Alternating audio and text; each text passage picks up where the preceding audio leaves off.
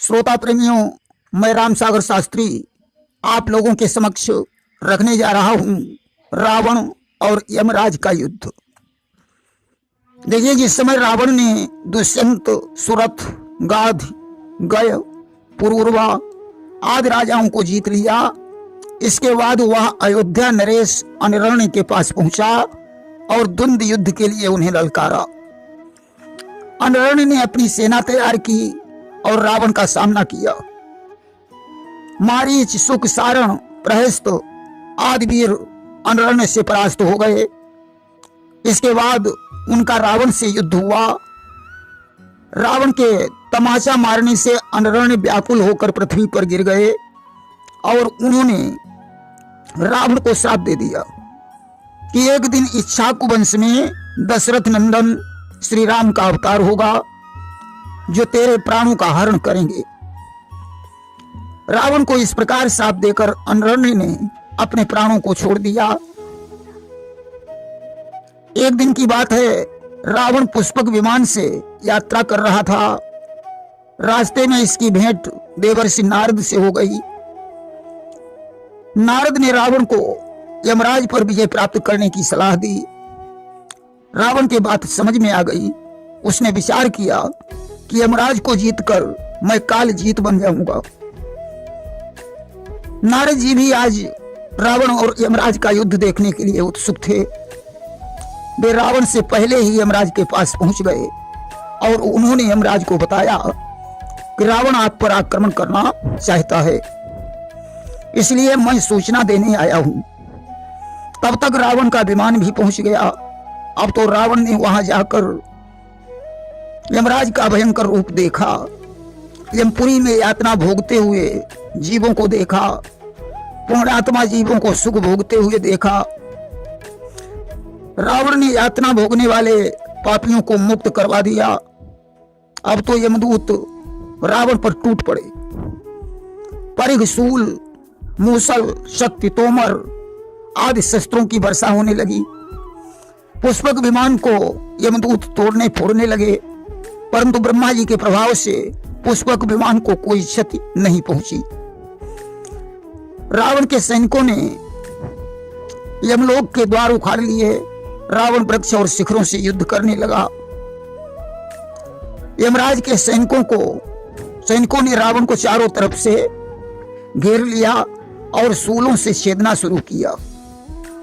अब रावण ने धनुष बाण संभाला और पाशुपत अस्त्र का संधान कर दिया। अब तो पाशुपत अस्त्र की जाल चारों ओर फैल गई। यमराज के सारे सैनिक दग्ध होकर गिर पड़े। रावण ने घनघोर गर्जना की। यमराज समझ गए कि मेरे योद्धा मारे गए हैं। उन्होंने सारथी से रथ मंगाया, उस पर सवार हुए। उनके आगे पास मुग्दर हाथ में लिए साक्षात मृत्यु देवता खड़े थे। पार्श भाग में कालदंड खड़ा था जो उनका दिव्य आयुध है। उनके दाएं बाएं काल पास खड़े थे। अब तो साक्षात काल को कुपित देखकर समस्त देवता कांप उठे। आज यमराज रावण के समीप पहुंचे।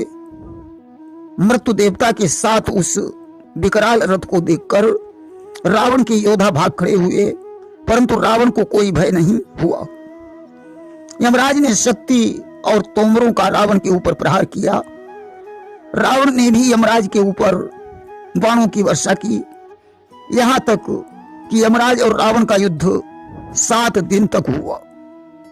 दोनों योद्धा पीछे हटने वाले नहीं थे। उस समय ब्रह्मा जी देव और गंधर्वों के सहित वहां उपस्थित हो गए। रावण ने 4 बाणों से मृत्यु को और 7 बाण मारकर यमराज के सारथी को पीड़ित कर दिया। 1,00,000 बाणों का प्रहार यमराज के ऊपर किया। अब यमराज को क्रोध आ गया। उनके क्रोध से मृत्यु और काल प्रसन्न हो गए। मृत्यु ने यमराज से कहा, आप मुझे छोड़िए, मैं इस पापी को अभी मार डालूंगा। धर्मराज ने कहा कि तुम ठहरो, मैं ही इसे मार डालता हूं। और उन्होंने कालदंड को हाथ में उठाया। कालदंड को देखकर समस्त सैनिक भाग खड़े हुए। ब्रह्मा जी ने विचार किया कि अब तो सारा खेल ही बिगड़ जाएगा। अगर रावण काल दंड से मारा गया तो हमारी बात झूठी हो जाएगी, अगर नहीं मरा तो भी मेरी बात झूठी हो जाएगी। आज तो उन्होंने यमराज को सावधान कर दिया कि सावधान करना नहीं,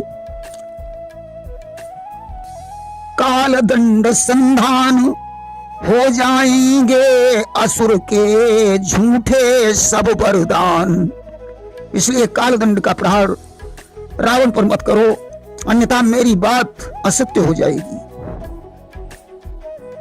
यमराज शांत हो गए, उन्होंने ब्रह्मा जी की बात मान ली, युद्ध करना बंद कर दिया और रथ सहित अंतर्ध्यान हो गए।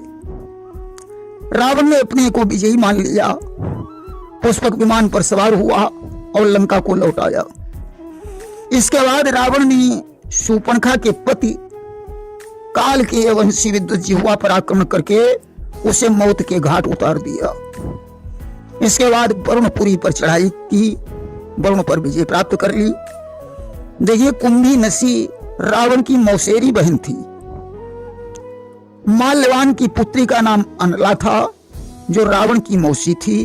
अनला की पुत्री का नाम कुंभी नसी था।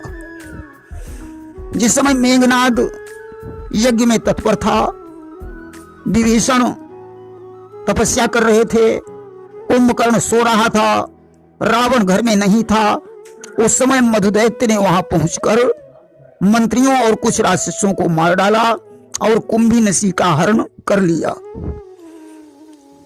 रावण ने आज बदले की भावना से मधुपुरी पर चढ़ाई कर दी। कुंभी नसी ने रावण के चरणों में अपना मस्तक रख दिया। रावण ने कहा, बहन तुम डरो मत, बताओ मैं तुम्हारे लिए क्या कर सकता हूं। कुंभी नसी ने कहा, भैया अगर आप हम पर प्रसन्न हैं तो हमारे पति का वध मत कीजिए। रावण ने कहा, बहन अपने पति का हाथ मेरे हाथ में दे दो, मैं उन्हें साथ में लेकर देवलोक पर विजय प्राप्त करूंगा। आज कुंभी नसी ने अपने पति को जगाया, रावण ने उससे मित्रता कर ली, स्वर्ग पर विजय प्राप्त करके वापस कर दिया। इसके बाद मेघनाद ने इंद्र पर चढ़ाई की और इंद्रजीत बन गया। प्रेम से बोलिए वृंदावन बिहारी लाल की जय।